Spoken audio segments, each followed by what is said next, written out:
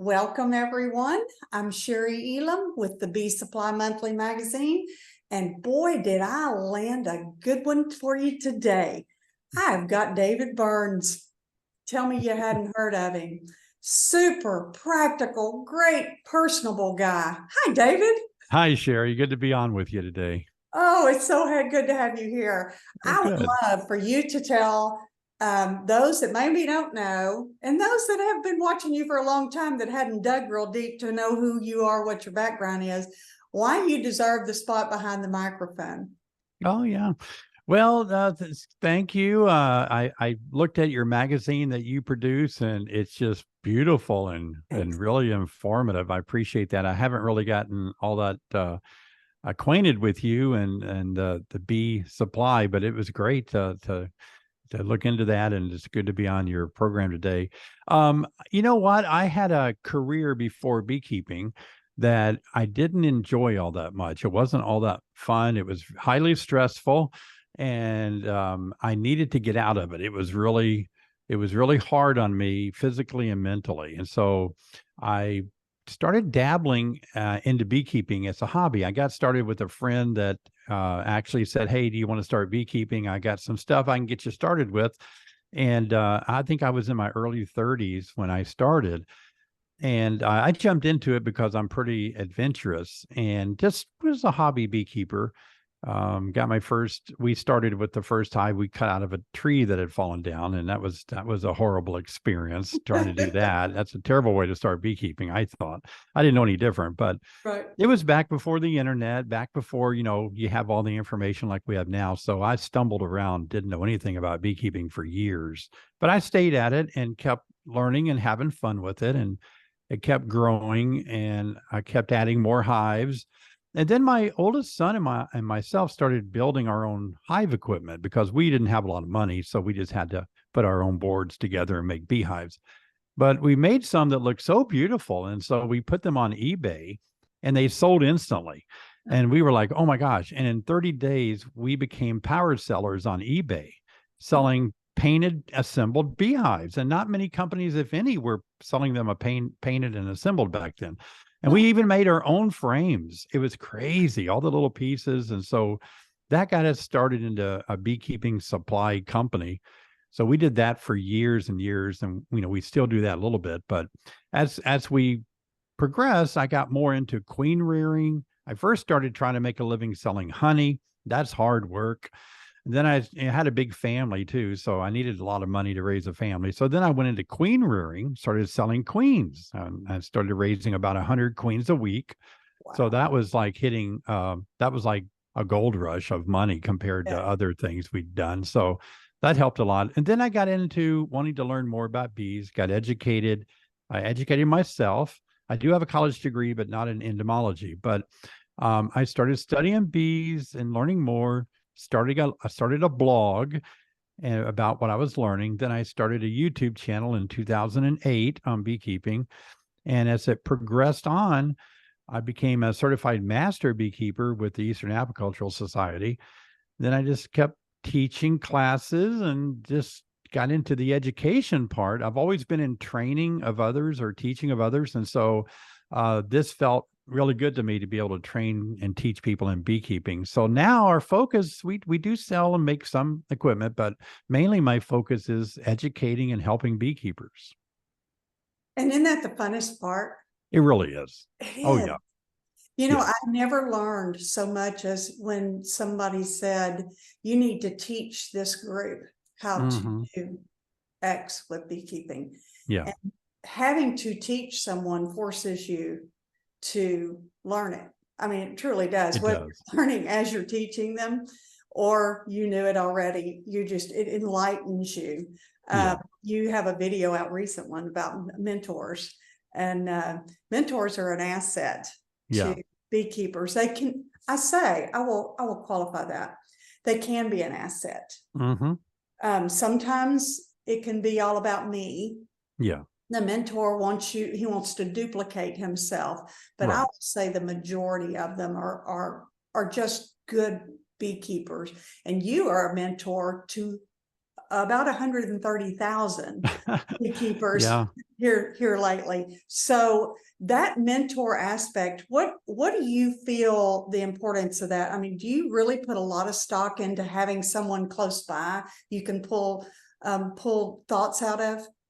Yeah, we've always heard that some take on that phrase that if you ask 10 beekeepers a question, you'll get 11 answers. And we kind of laugh about that everybody has a different opinion. And, we all know that that's somewhat true. But I was thinking about this the other day and I thought that is not actually as true as it used to be.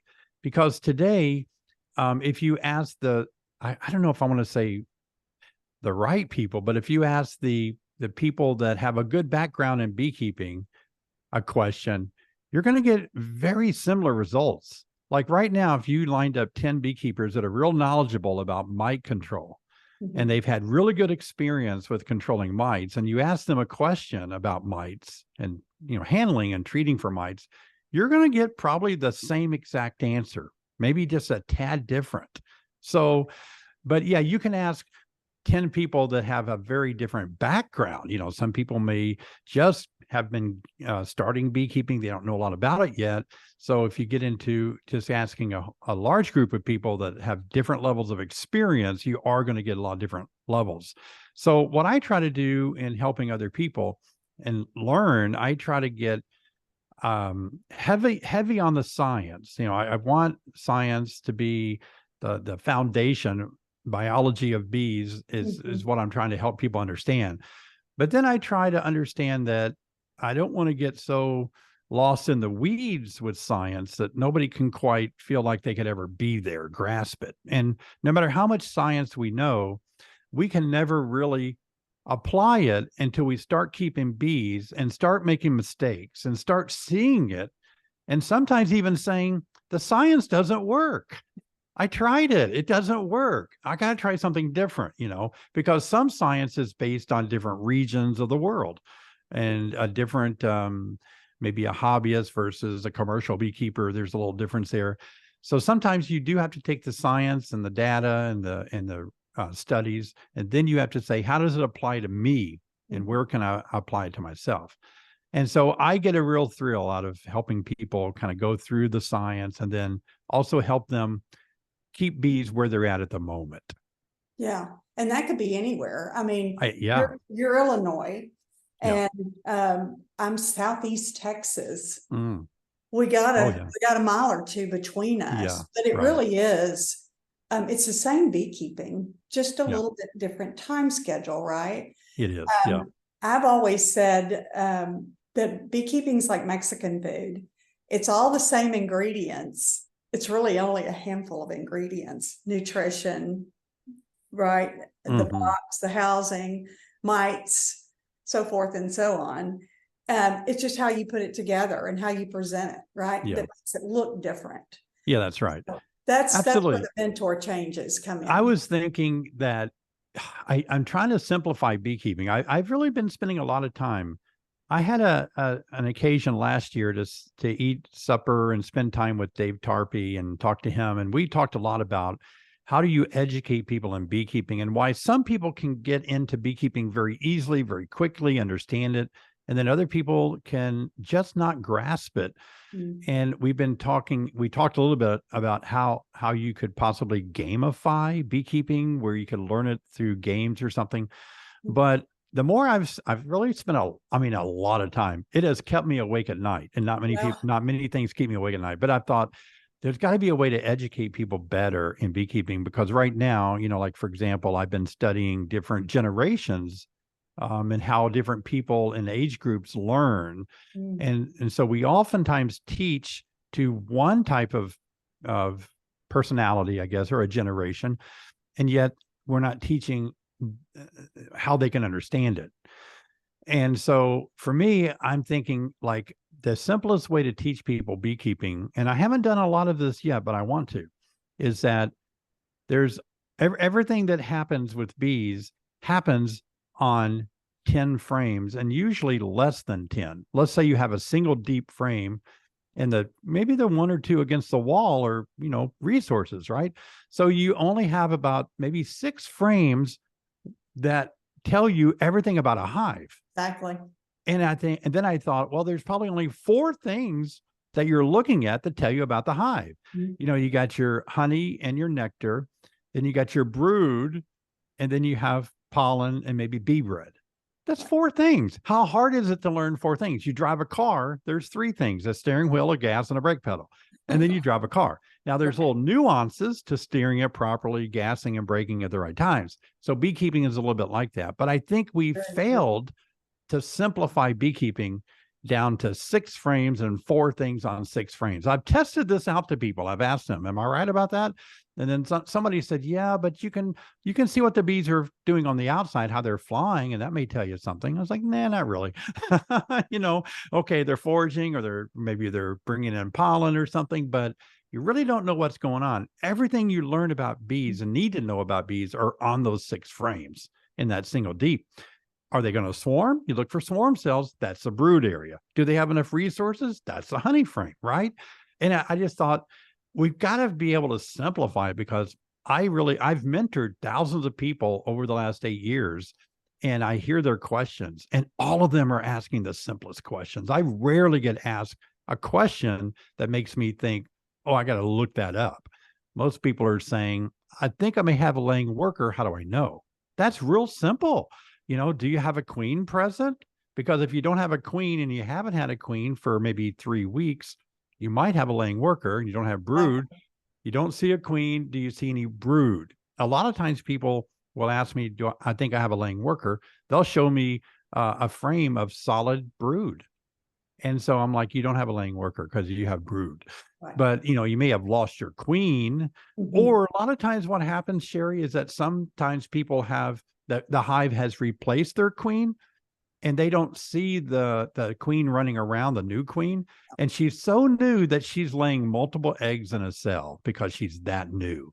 And a lot of times they just quickly equate that. So these little basic tips that people could understand, and that's the videos I'm working on this week. I'm going to go through scenarios like a 911 center where state your emergency, and they have a little, Love it.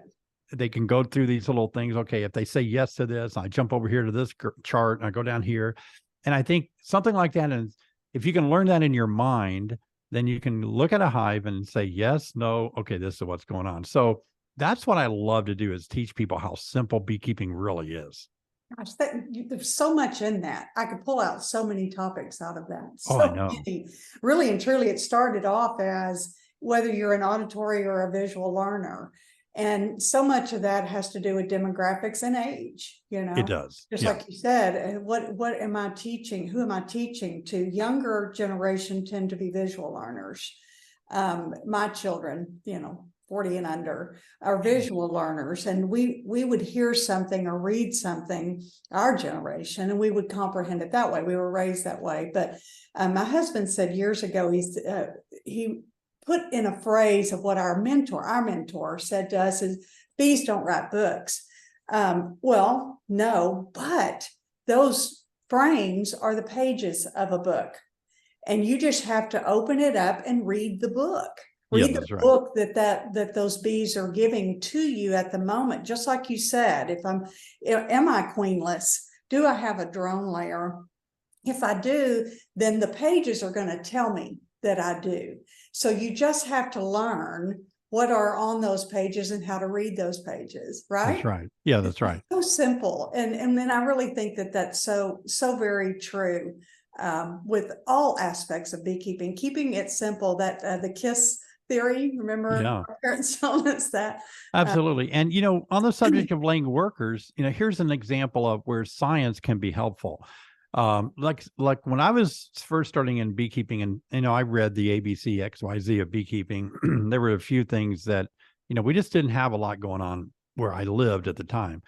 And it's a lot different in the early 90s than it is now. There's beekeeping information, it's plethora of information. But I'd always heard and learned and accepted the fact that if you have a laying worker, there's just one. And then if you took all your bees and shook them out, you know, 20 yards away, she would be so heavy she couldn't fly back to the hive. Told the same thing. Yeah. And so now, you know, recent studies have shown that the foragers are capable of go out and forage. They come back, they lay eggs. That's laying workers. And so we used to think we could get rid of laying workers a certain way, but science reveals to us that there's a lot of laying workers in a hive at one time. When that happens, when you've been queenless without the pheromones of the queen and the brood, there's a lot of laying workers, and they're hard to get rid of because they just start doing that naturally. They can produce some eggs, So that's an example where science is good. I've been in many roundtable presentations at bee clubs and all, and somebody will mention that, hey, how do you get rid of laying workers? And somebody will say, well, you just shake the bees out and the laying workers are too heavy to fly back. Then I have to say that's actually been disproven. They'll beat you back to the hive actually and keep laying.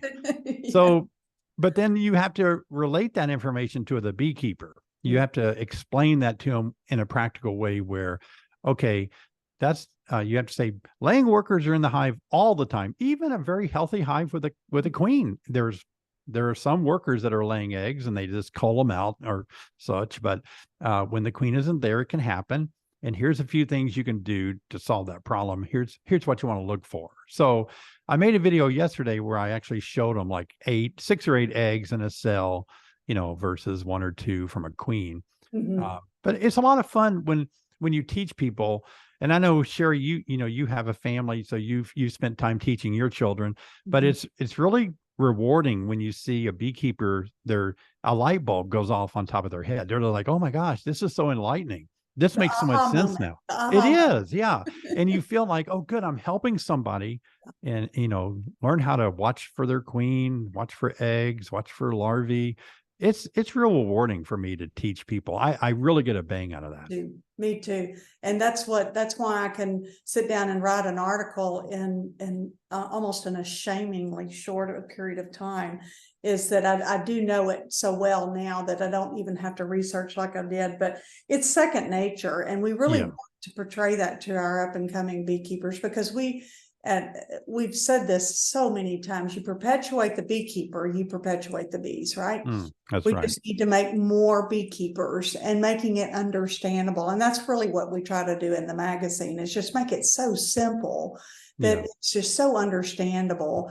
So let's just talk about some real topics. I want to make sure we talk real topics. Okay. Yeah, you bet. Even though we're geographically in different locations, we're really the same. Once we get over the next few weeks, we woke up to a cold front. This video will be aired soon, but kind of in the December-ish winter. It's a winter time, topic wise. We woke up this morning. We were 70 something yesterday afternoon, air conditioner running, and now this morning the wind's blowing 20 miles an hour and it's 50 degrees. Okay. And for a lot of people, that's toasty. For me, that means I've got a space heater because I'm freezing, right? Oh, yeah. What are our bees experiencing when this happens? We're 70 one day, 50 the next, and blustery winds. Yeah, right. Well, I appreciate your being cold nature. I'm the same way. Like, I was born actually in Tennessee and I grew up in Tennessee. So when I moved to Illinois, I was surprised how cold it was. Oh my goodness. And I've never gotten used to that. It's in my blood to be warm, I think. So I know what you mean about a space heater. I think people from the South that live up north have just got to always have heat somewhere near them, We do. And so bees are interesting because as a single bee, they are, cold-blooded, but as a organism, a single superorganism, they're warm-blooded. They can stay warm as a group, right? And so right now, like, I appreciate your strong winds and your cold temperatures, because in Illinois, it's really hard on bees. Where I live, we're considered the prairie. I mean, I can look out and almost see your house from here. That's how flat it is. I mean, it is flat, and the wind blows so strong. And I had one year where it was so windy in the summertime that my bees could not hardly fly at all to get honey. They couldn't even fly. It was over 20 miles an hour almost every day. But in the wintertime, we have the same thing. We have cold winds. And I'll tell you, it's really hard on bees because the bees do have to stay warm. You can keep them healthy, mite free, and populated well, but they're still just so being pounded by, sometimes we have 20 below chill factors in the wintertime that can last for days. Sometimes my bees don't fly sometimes it's below freezing for a whole month. And so it's so cold on bees. So they cluster, when it gets below 50 degrees Fahrenheit, try to stay warm. They eat food to stay warm. So the only way I could ever keep my bees alive was to I created what's called the winter bee kind. And it's an old time idea of a candy board that I've just made it where there's more ventilation than a traditional candy board. And it has a few more additives to it too, protein especially. And so that just transformed my operation by feeding my bees protein and sugar in the wintertime and helping get some of the moisture out of the hive. There's a lot of discussion today about condensing hive versus, a hive that's ventilated. And I think both can work. I think it's proven that both can work, but it's also proven that a ventilated hive in the wintertime, they are going to consume more food. And I want them to, because with the more food they consume, they can make more bees for me. And I need bees. So that's what I'm trying to do. I'm not trying to just keep them tucked away and get, barely get through winter. I'm producing bees all winter long. So it's hard on bees because I don't think they're wired to stay put that long. It's hard on them. Yeah. That's a very interesting stand on that, because I assumed that everyone north of Dallas, that's how protected I am and behind my Texas borders. Everyone north, you just assume that you're dormant all winter, but you really are. You're thinking nutrition. I really want to keep these girls going, and if she can lay, then I'm going to provide them what they need to lay. Yeah, it's a different paradigm, and I think a lot of beekeepers are a little frightened about it. I think when I first came up with the idea, I mean, candy board is not a new idea, but when I first came up with the idea of giving them more protein so they could lay more eggs and have more bees of winter physiology being born constantly, constantly all through winter, the first year I attempted it, I was just so surprised. I had such gigantic colonies, huge, and I fed them more protein than I probably should have. I had to back way down, but they were monster hives, and they were swarming long before I had a chance to do anything about it. They were just so big. And so I was concerned because I saw a lot of dead bees in the snow, usually more than I normally see. But then I thought, but then when I opened the hives up, they were just huge. And I was like, oh my gosh, cleaning house is all. Yeah, they just had more house cleaning to do, but there was so many more bees. Awesome. And so I was able to make more nucleuses coming out of winter. I could raise queens quicker coming out of winter. So it's not something I would even want people to do if they weren't able to deal with that many bees in the spring, because they're just exploding. I've got videos where I open hives up in the spring, and it's just that's my most population that I have all year long. Isn't that it's crazy. I have more bees in January and February than I have in August. That's insane. What you're doing though really is you're playing our beekeeping game, because we don't have winter. I mean, northern folks think that we whine and bellyache about it getting into the 40s. But our bees, as long as it doesn't get really cold, she's laying something all year. Yeah. And that protein, we have a proprietary product that we carry exclusively called Stand Soft Sugar Bricks. And it is popular nationwide because it's just what you're talking about. It's protein, it's carbohydrates, and some essential oils and other good things in there. Yeah. And that enables that queen and the colony to just keep going, keep on trucking while we're getting through the winter. And that way you're not that beekeeper that's pulling in behind the times come the middle to end of January.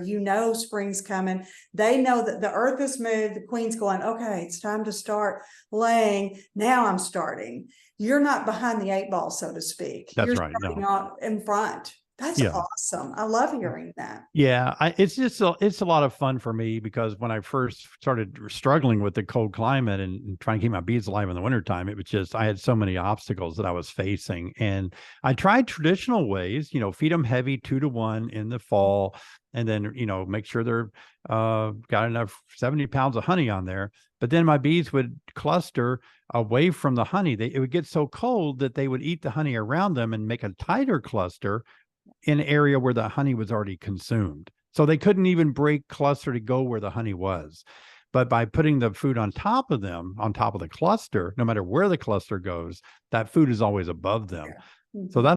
that it just worked out so well. And we have just a tremendous customer base that has experienced the same thing. I'm just not trying this on myself. Other people have said, wow, this is a lot of bees. So I like a lot of bees. Traditionally, Chari, you come out of winter with about 10,000 of bees in the Right. north.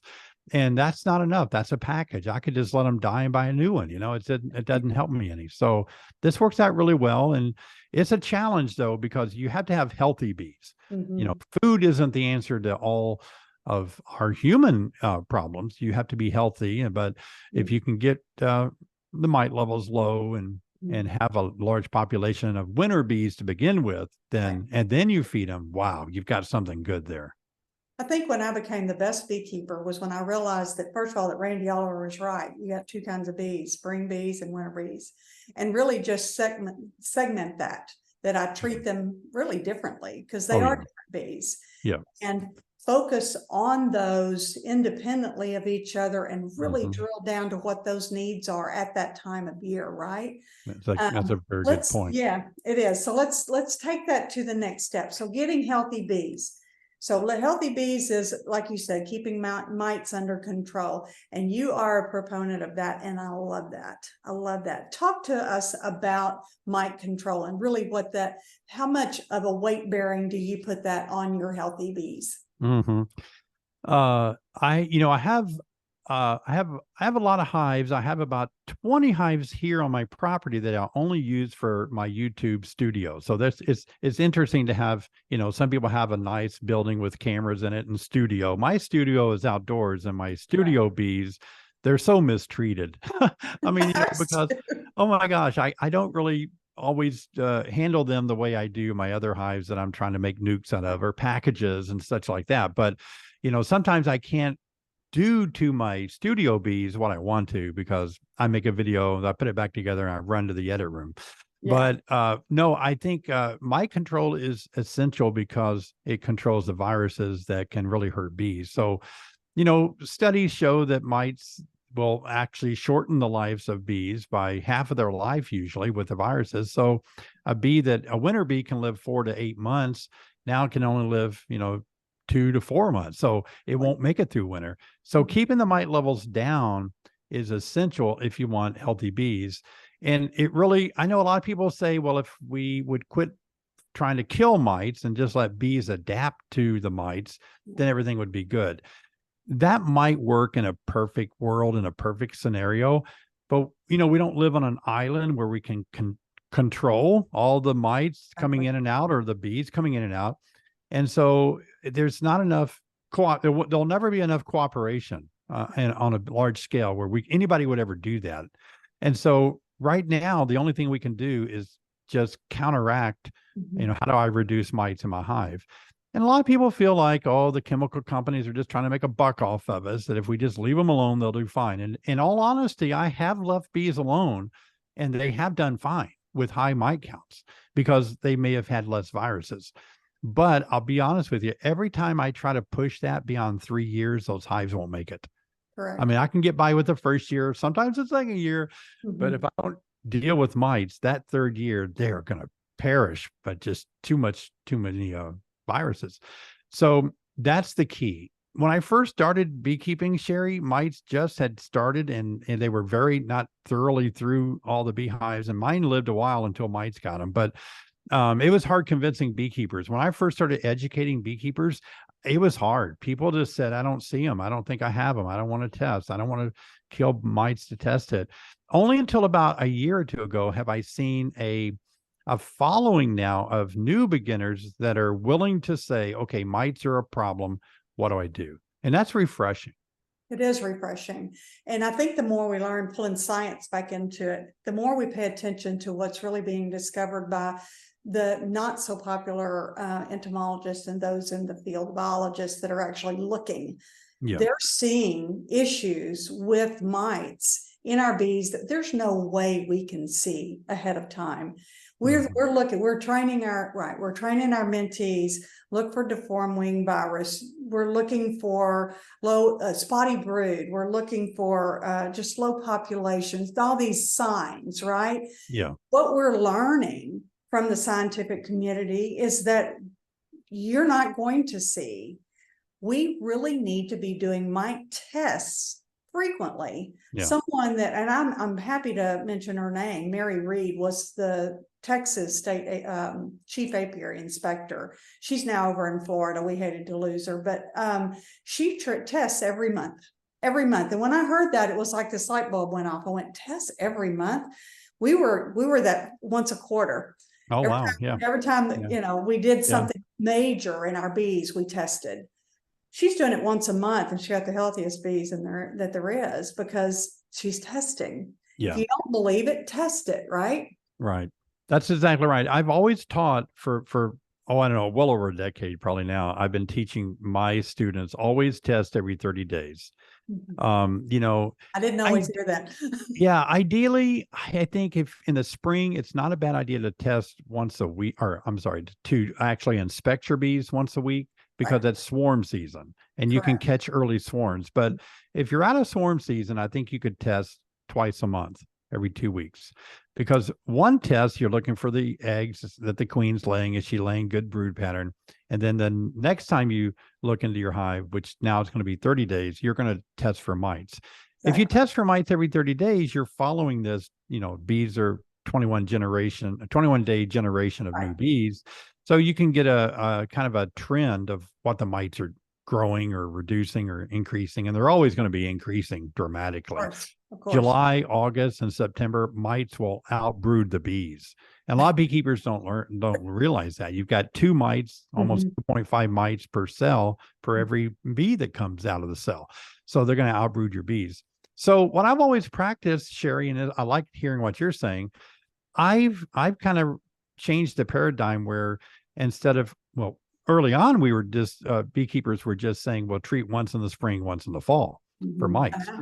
And I liken it to if you had any other kind of health problem, like maybe high blood pressure, you can't just take the medicine in January and then again in the fall. You've got too many months in between there where it's not good for you. But bees are the same way. If you go too many months where viruses are spreading, viruses, bees feed each other mouth to mouth. They feed the larvae with infected royal jelly, and the queen can be infected. The drones can be infected with the viruses that spread so fast. So the key is to keep the virus loads down all year long, starting as soon as you can and going as long as you can. That way, your bees are going to be healthier. You do it. The best way to keep viruses down is keep mite levels down.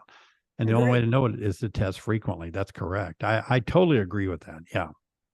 And to react, test, absolutely, react, not just go, oh, well, I saw this, do something about it. It's your tool to now step 2. Oh, well, let me tell you a story about reacting. So the other day, a friend and I were at an event. We finished the event. We're driving home, and we're going down a highway about 55 miles an hour, and we are just buzzing along, talking, kind of tired from the day. And we see a car stopped up ahead, waiting to come out onto our highway.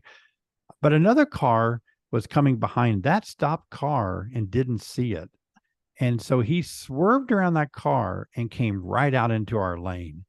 And I was in the passenger side in a truck. So I thought airbags, or, it's going to be a hard hit. This is going to really be a bad hit. But my friend that was driving, he swerved so quickly because he noticed there wasn't any car in the other lane coming. So he swerved, and I just saw this car like half an inch from me out my window side. We missed it. I thought we hit it, but we missed it. And so when I thought about that story and I applied it to beekeeping, when you open up a hive, the first thing that usually happens, you panic. you see, oh, I think I'm queenless, or oh no, I don't have brood or spotty brood or small hive beetle. There's a moment of panic, or you do a mite test. Oh my gosh, 30 mites out of 300, panic. And then the second thing is that you begin to react. Well, let me not react yet. First, the second thing is you assess, right? My driver, he assessed the situation. Can I get over into the other lane? He actually told me later, I had decided how I was going to hit the car to reduce the impact, but then I noticed I could get in the other lane. But if there was a car coming, rather than hit another car head on, I would have to just go in and kind of sideswipe him as best I could. So he reacted. And so in beekeeping, you panic and then you react. Mhm. That's really cool. And after you react, then you gather this assessment of like, I assess what I need to do. Exactly. And then after you have panicked and you assess it, now you finally react with a plan. What can I do to save Very this? good analogy. What can I do to avoid this wreck? And I thought that's really interesting, because I hear so many people that they'll call me and say they call me in the panic mode, but they don't have enough bee knowledge or experience to gather the information to know what they can do next. And that's sad. I want to help people know that if you see this, it's like, if this happens, then this should be your response. Right. And so I think that would be the best thing to teach beekeepers, and it's not that hard to do. But Really not. I don't know what the block is. I don't know what's keeping beekeepers. I've spent a lifetime teaching beekeepers, and some of them get it, but some just can't get that. And I want to find out how I can help beekeepers learn. Well, just keep doing what you're doing. But I think a lot of it has to do with the investment. They were fearful of the investment right up front. I was super blessed that we had almost a zero investment when we started. Don't envy everybody. Don't envy, because I also killed that first time, deader than a doorknob. But it was basically a zero investment. But so often now, especially David, the investment is huge. It is huge. I know. I mean, it can be thousands of dollars. I know. That's right. So it's that responsibility, probably like they feel if they go into the stock market for the first time. It's like, if I make the wrong decision, I lose everything. So I really think that's where it stems from for the majority of them. And or just the responsibility of they've got a living, breathing creature that they're trying to, it's up to me if they make it or not. And that can be a burden. It's all up to me. Especially when you see the frame of bees where they starved. That one to me has always been that, Oh yeah. No. Totally my fault. I've not had that happen, thankfully, but so many new beekeepers have had that happen. So I'm an experienced beekeeper. And when I first started trying to keep a large number of hives alive in the wintertime, I would lose hives before I implemented my strategy. And you're right. I would see their abdomen sticking out of empty cells.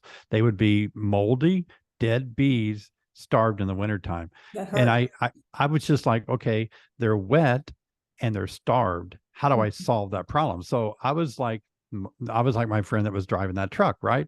Okay, this is happening. What do I assess? And then how do I react to this? How do I get rid of the moisture?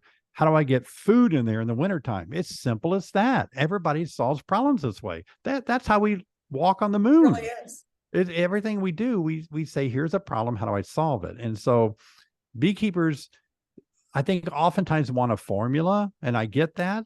We want somebody else just to tell us, this is what I need. You tell me what I need to do. I don't want to think about it. The recipe method. It's a recipe. It is. But all of us are citizen scientists. We have to know, we have to learn, and we're going to keep really healthy bees when we have so much information through experience and good mentorship, good education, that we can look at that and say, oh, I know how to solve this problem easily. Well, easily. Just taking it to the next step. I think and in that whole scenario you're talking about is the knowledge of what that you've assessed it, but now what? And that's right. And one thing I love about your videos is that you're very favorable. You're inspiring that if you fail, if at first you don't succeed, try and try Yeah. again, right? Yeah. And Right. we heard that all growing up, but it's so different when you've got such an investment, like I just mentioned. But really just keep paying attention, and you'll Mhm. make a mistake, make a note of that. And when you're young, you can make a mental note. When you're older like us, you have to write it down and to remember Yeah. what that mess up That's was. so true. Wow. But just make a note of it one way or another, and don't mess that up that same way again. So you Mhm. said something about ventilation earlier. We're kind of embarking on that. We're different, like we've said, different geographic areas. Before we get off, I want to make sure I talk about some winter techniques that we really want to drill home to be some answers for the folks right now. So ventilation can be too much, not enough, really, at this point. What is your method of ventilation for your bees that you implement for your area?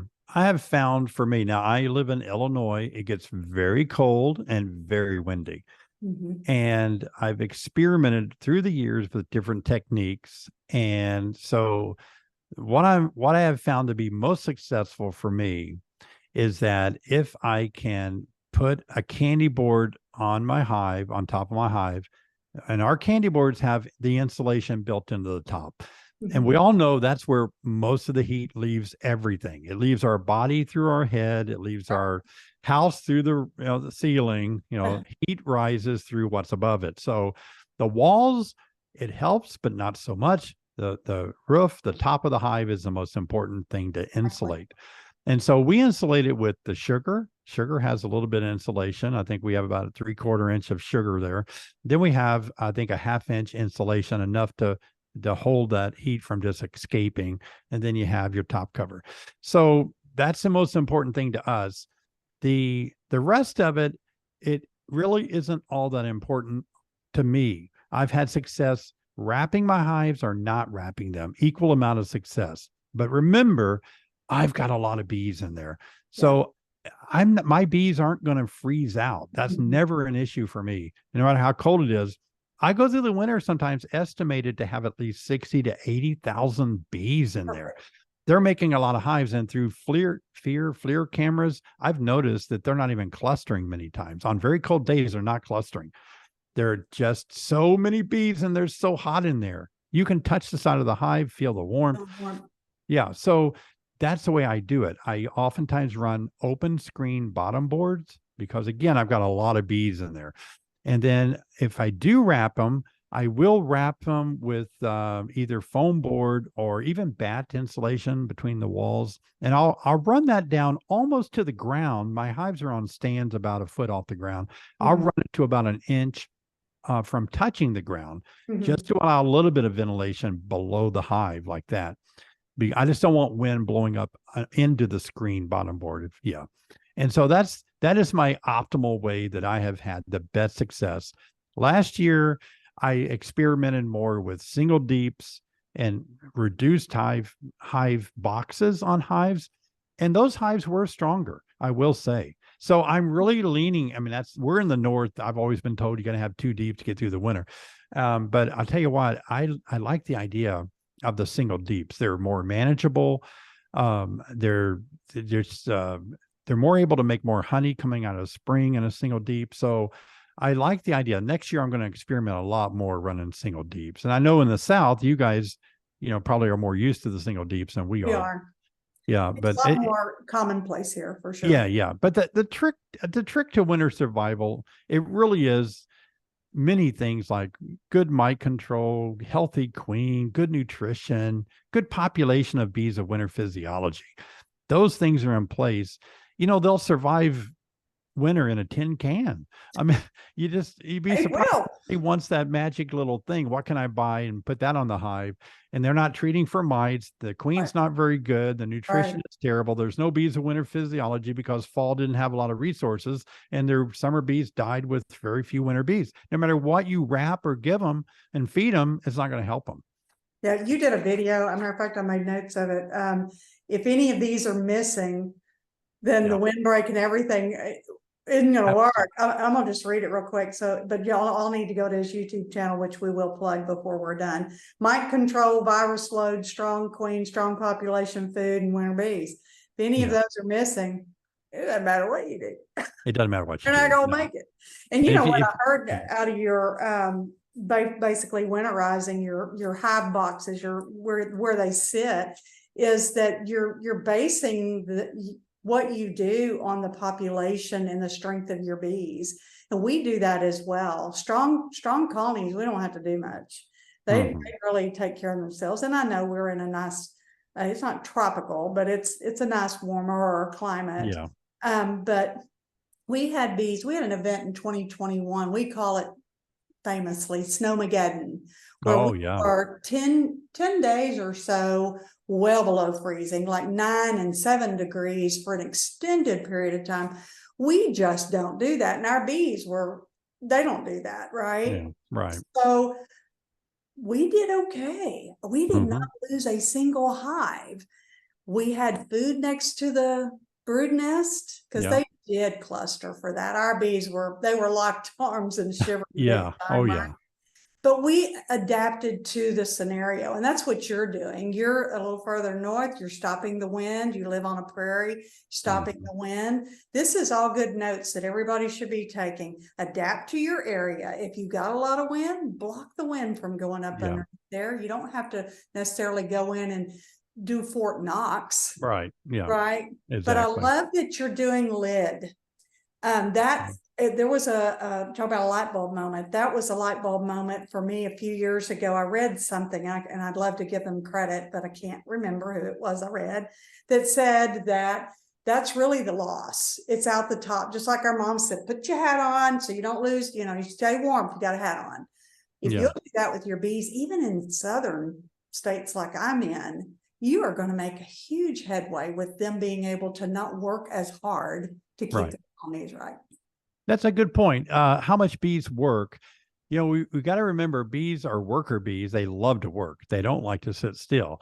Right. To make them sit still all winter and just wait for a better day, that's what they're waiting on. Even the winter bees of winter physiology are waiting for the moment they can get back to work, and they're just made and created in such a way that they are in pause mode.